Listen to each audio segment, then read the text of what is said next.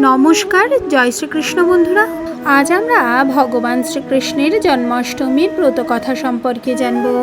জন্মাষ্টমীর ব্রত পালনের সময় ভাদ্র মাসের কৃষ্ণপক্ষের অষ্টমী তিথিতে এই জন্মাষ্টমী ব্রত পালন করতে হয়। এই ব্রত স্ত্রী ও পুরুষ সকলেই পালন করতে পারে। জন্মাষ্টমীর ব্রত কথা। মথুরায় উগ্রসেন নামে এক অতি ধার্মিক রাজা ছিলেন। তার ছেলে কংস একসময় খুব অত্যাচারী হয়ে উঠেছিল। কংস তার বাবার রাজসিংহাসন জোর করে কেড়ে নিল। তারপর সে মহাদেবকে আরাধনায় সন্তুষ্ট করে বর পেল যে শুধুমাত্র নিজের বোনের অষ্টম গর্ভের সন্তানের হাতেই সে মরবে, অন্য আর কারুর হাতে তার মৃত্যু হবে না। এই বর পাওয়ার পর তার সাহস আর অত্যাচার অনেক গুণ বেড়ে গেল। শেষে অন্য সব অসুরদের সঙ্গে যোগ দিয়ে সে প্রচার করে দিল যে রাজ্যে কেউ হরিনাম করতে পারবে না, যে হরিনাম করবে তার আর রক্ষে নেই। তারপর সে তার বোন দেবকী আর তার স্বামী বসুদেবকে এনে কারাগারে বন্দি করে রাখল, কারণ সে জানতো যে তার বোন দেবকীর অষ্টম গর্ভের সন্তানের হাতেই তার মৃত্যু হবে। এইভাবে কারাগারে থাকতে থাকতে দেবকীর 7টি ছেলে হলো, আর কংস প্রত্যেকটিকে কারাগার থেকে নিয়ে গিয়ে পাথরের ওপরে আছড়ে মেরে ফেলল। শেষে যখন কংস খবর পেল এইবার দেবকীর অষ্টম গর্ভের সন্তান হবে, তখন সে কারাগারের চারিদিকে খুব কড়া পাহারার ব্যবস্থা করলো। এরই মধ্যে ভাদ্র মাসের কৃষ্ণপক্ষের অষ্টমী তিথিতে গভীর রাত্রিরে নারায়ণ ভূমিষ্ঠ হলেন দেবকীর কোলে।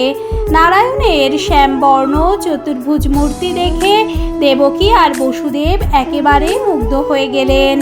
বসুদেব খুবই কাতরভাবে ভগবানকে ডাকতে লাগলেন এই ছেলেটিকে রক্ষা করবার জন্যে। এই সময় কারাগারে এক দৈববাণী হলো। বসুদেব শুনলেন, বসুদেব, আমার মায়ায় এখন সমস্ত পৃথিবীর লোক ঘুমে অচেতন হয়ে আছে। তুমি এই মুহূর্তে গোকুলে নন্দের বাড়িতে গিয়ে লুকিয়ে এই শিশুটিকে রেখে এসো, আর নন্দের স্ত্রী যশোমতীর এইক্ষণে একটি মেয়ে হয়েছে, তাকে নিয়ে এসে দেবকীর কোলে শুইয়ে দাও। ঘুমে আচ্ছন্ন পৃথিবীর কেউ কিছুই জানতে পারবে না। দৈববাণী শোনবার পর বসুদেব আর দেরি না করে কৃষ্ণকে কোলে করে নন্দের বাড়িতে যাওয়ার জন্যে বেরিয়ে পড়লেন। প্রহরীরা সকলেই তখন ঘুমে অচেতন, কেউ কিছুই জানতে পারল না। বসুদেব গিয়ে পৌঁছালেন যমুনার তীরে। এই সময় ভীষণ ঝড় জল হচ্ছিল। যমুনার জলও দুকুলে ছাপিয়ে উঠেছিল এবং ভয়ানক বিদ্যুৎ চমকাচ্ছিল। এই দুর্যোগ দেখে বসুদেবের মনে ভীষণ ভয় হলো। এই অবস্থায় যমুনা পার হওয়া অসম্ভব দেখে তিনি খুবই চিন্তিত হয়ে পড়লেন। কিন্তু নারায়ণ তার মায়া চারিদিকে ছড়িয়ে দিয়েছিলেন। এই সময় বসুদেবের চোখে পড়ল যে যমুনার জল হঠাৎ কমে গিয়ে হাঁটু সমান হয়ে গেছে, আর একটা শেয়াল অনায়াসে যমুনা পার হয়ে যাচ্ছে। বসুদেবও তখনই চললেন শিয়ালটার পিছনে পিছনে। বসুদেব ও তার সন্তানকে ভীষণ বৃষ্টি থেকে বাঁচাবার জন্যে নাগরাজ তার বিশাল ফনা বিস্তার করে ধরলেন তাদের মাথার ওপরে। এইভাবে অল্প সময়ের মধ্যেই বসুদেব কৃষ্ণকে যশোমতীর কোলের কাছে রেখে মেয়েটিকে নিয়ে আবার কারাগারে ফিরে এলেন ও মেয়েটিকে অর্থাৎ দেবী যোগমায়াকে দেবকীর কোলে রেখে দিলেন। সকাল হতেই কংস খবর পেল যে দেবকীর অষ্টম গর্ভের সন্তান একটি মেয়ে হয়েছে। কংস তখনই দেবকীর কোল থেকে জোর করে মেয়েটিকে কেড়ে নিল। মেয়ে বলে তাকে ছেড়ে দেওয়ার জন্য দেবকী অনেক অনুনয় বিনয় করল, কিন্তু কংস কোনো কথাই শুনল না। সে যেমনই মেয়েটিকে পাথরের ওপর আছড়ে মারতে গেল, সেই মুহূর্তেই তার হাত থেকে মেয়েটি শূন্যে উঠে গিয়ে যোগমায়া মূর্তি ধারণ করে শূন্যে মিলিয়ে গেলেন।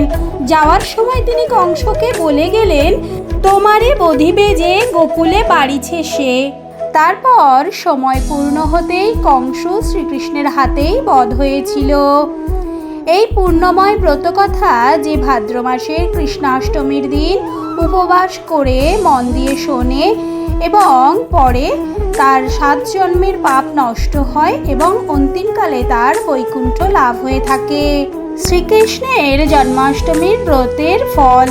শ্রীকৃষ্ণের জন্মাষ্টমীর ব্রত স্ত্রী ও পুরুষ উভয়েই পালন করতে পারেন। এই দিন শ্রীকৃষ্ণ জন্মগ্রহণ করেছিলেন, তাই এই দিনটি খুবই শুভ একটা দিন।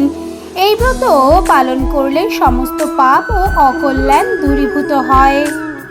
আমার এই ভিডিওটা যদি আপনাদের ভালো লাগে তাহলে লাইক, শেয়ার, কমেন্ট, সাবস্ক্রাইব করবেন আর বন্ধুদের কাছে অনেক অনেক করে শেয়ার করবেন।